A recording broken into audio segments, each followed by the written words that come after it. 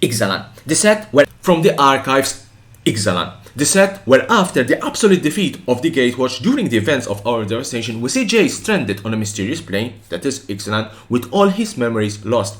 Ixalan is a particular plane where planeswalkers cannot planeswalk away, that is, they are trapped on the plane. There is also, for those that like this type of lore of Magic the Gathering set, there's also an intriguing love story between Jace and Vraska. It was September 2017, that is 3 years ago, that this set was released. During that time, I was recording these box openings, this is why they are called From the Archives. I took these type of videos from the archives. I did a different voiceover on this video, that's why they are called From the Archives, and that's why the poor quality of the setup and the camera. During that time, my camera wasn't that much good as much as I have it today. Another important thing about Ixalan doesn't have any masterpieces or any full art lands. After the, let's say, the Amonkhet flop during that time, Dreamcaller Sailing, after the Amonkhet Invocation flop, where everyone was complaining about those masterpieces. Nowadays, it's a different story, but during that time, everyone was complaining about masterpieces, about invocations. Ixalan was one of the first set that didn't had any masterpieces nor full art lands. Deep Root Champion. So, opening these boxes was all about the chase cards, and there were quite a couple of interesting chase cards. The first one was the most expensive card during that time. I'm talking about Carnage Tyrant. Here's quite interesting full common foil card, Captive Crew.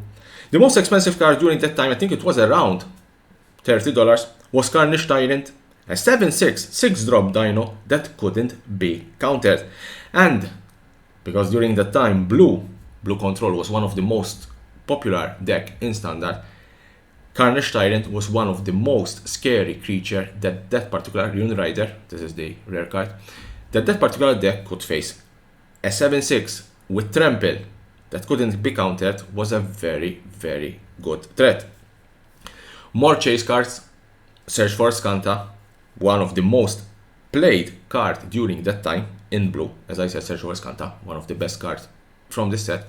Settle the Wreckage. This is another very good card even during that time. That was a very scary card to face. Settle the Wreckage. Your opponent swings with you everything, going for the win. You just play Settle the Wreckage and you will exile all his attacking creatures. Emperor Vanguard, you could just swing and exile all his or her attacking creatures. It was a very, very good card against especially certain decks that were popular during that time, creating a lot of creatures, creating a lot of tokens.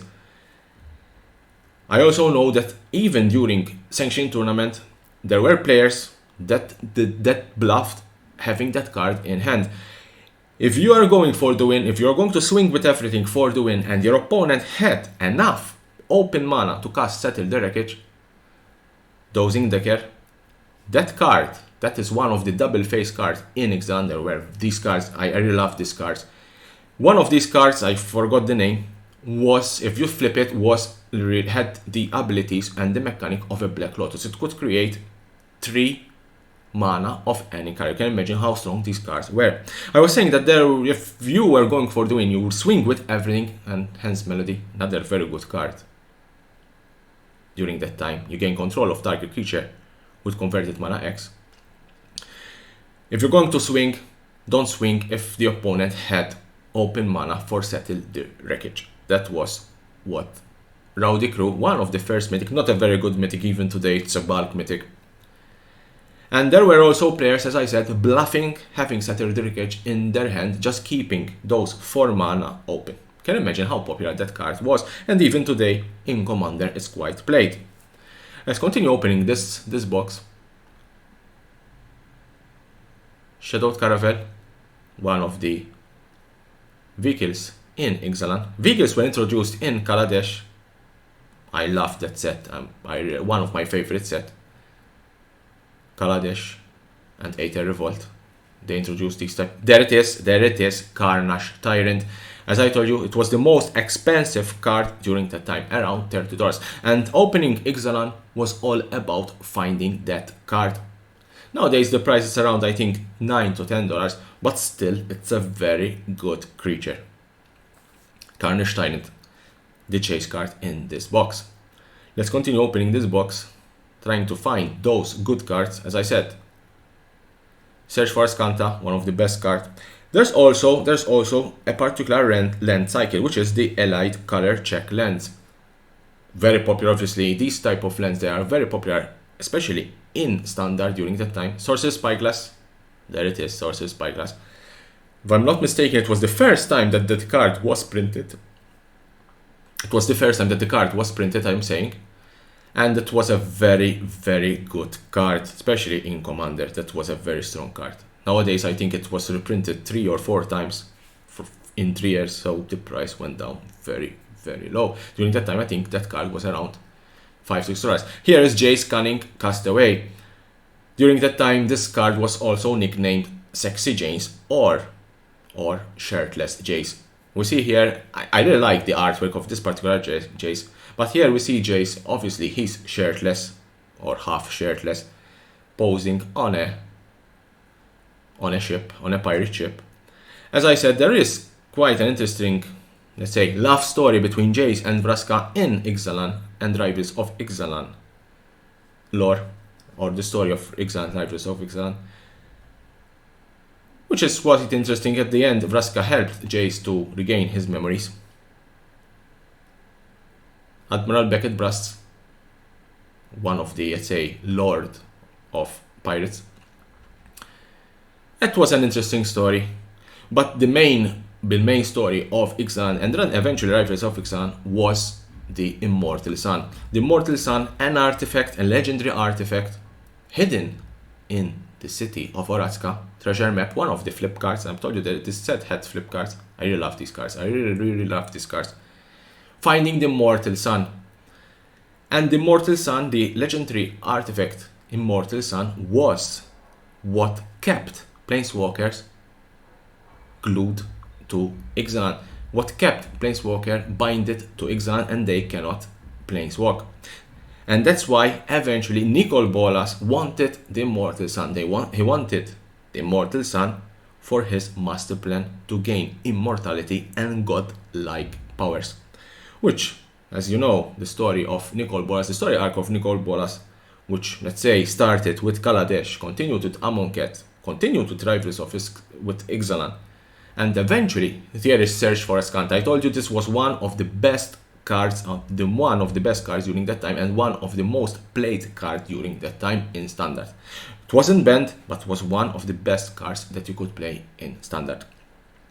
Eventually, the story arc of Nicol Bolas ended with War of the Spark, where finally Nicol Bolas was defeated, thanks to the sacrifice of Gideon. Here's another Sorcerer Spyglass. I told you during that time, Sorcerer Spyglass was around, I think, $3 to $4. Was quite a good card, especially in Commander. Nowadays, reprinted multiple times. The value of it, I think it's around maybe $1 if you're lucky. If you're lucky to sell it for $1. Repainting Feridon, that card was eventually banned. Yes, that card was eventually banned. It was a very good card. It was a very, very good card and was eventually banned. Ashes of the Apparent.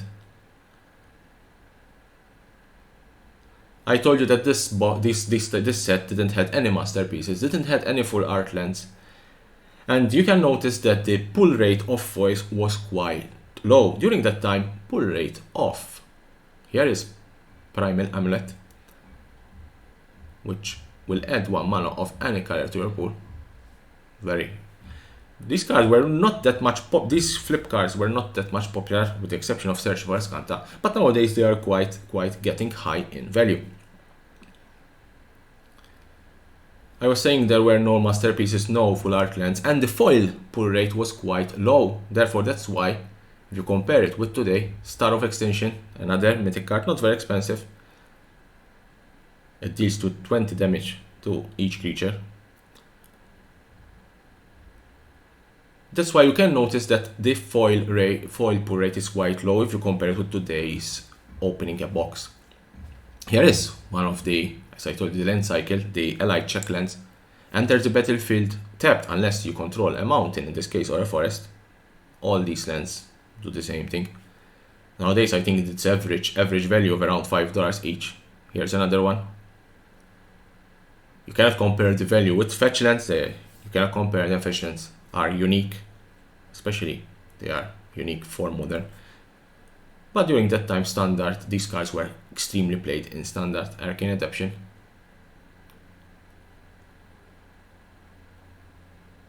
Few packs left in this box. I hope you're enjoying these type of videos, these types of box opening. I really love seeing videos of old sets being opened. This is one of those old set 3 years ago, Ixalan. There's another flip card. Here's a foil duress. Something very important about Ixalan. Ixalan has a reprint of Opt. You know that today Opt, it's nearly played everywhere in every blue standard deck.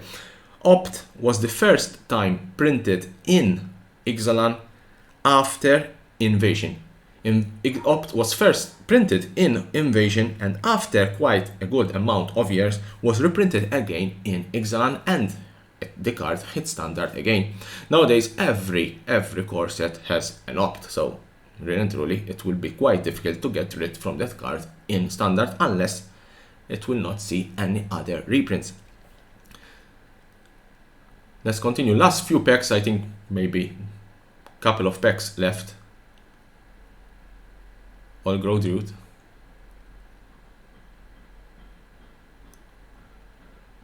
There's also another very important card. I don't think that we will pull it in this box because we have already 5 mythics, if I'm not mistaken, 5 mythics. That's the Dreamcaller series, the first card that we find opening this box. Last 3 packs. There's also another good Planeswalker card for Vraska. The set had 3 Planeswalkers, if I'm not mistaken. There's Huatli, there's Vraska, and there's Jace. Vanquisher Banner. Nowadays that card has a value of around $12 to $15. One of the best cards that you can pull nowadays. During that time I think it was around $2 to $3 because obviously in standard no one was playing that card. But nowadays, even though it's not played in standard, obviously it's played in Commander, and Commander being one of the most popular format in Magic the Gathering, if not the most popular. I think nowadays it's considered the most popular format in Magic the Gathering. I really love, even myself like to play Commander. Any card that's played in Commander from this type of set, from this type of old set, it's getting quite high in price. So that was the last pack of this box. I hope you really enjoyed this box. As I said, from the archives, these videos, they are old, and I'm sorry about the setup. Here are the 5 mythics. As always, subscribe to my channel for more and more interesting videos about Magic the Gathering and the collectible world.